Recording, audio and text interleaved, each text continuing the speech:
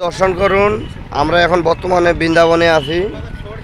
বৃন্দাবন যমুনা স্নান, এই যে যমুনার ঘাটে আছি, সেই বৃন্দাবনের বাঁশি বাজে। এই যমুনাতে স্নান দেখুন, দর্শন করুন। সকল ভক্তবৃন্দের উদ্দেশ্যে বলা যাচ্ছে যে আমরা এখন বর্তমানে যমুনাতে স্নান করব। সেই যমুনা নদী।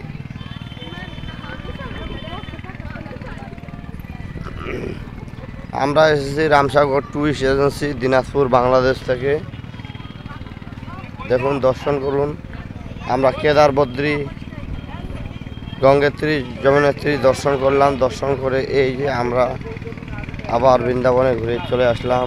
দেখুন, সেই বৃন্দাবনে যমুনা স্নান এবং যমুনার ঘাট।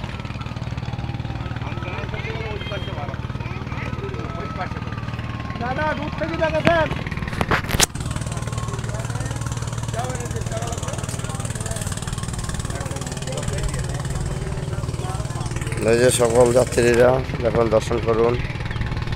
এই যে আমাদের টিম আরও বিভিন্ন জায়গায় স্নান করতেছে, সেই যমুনার ঘাট।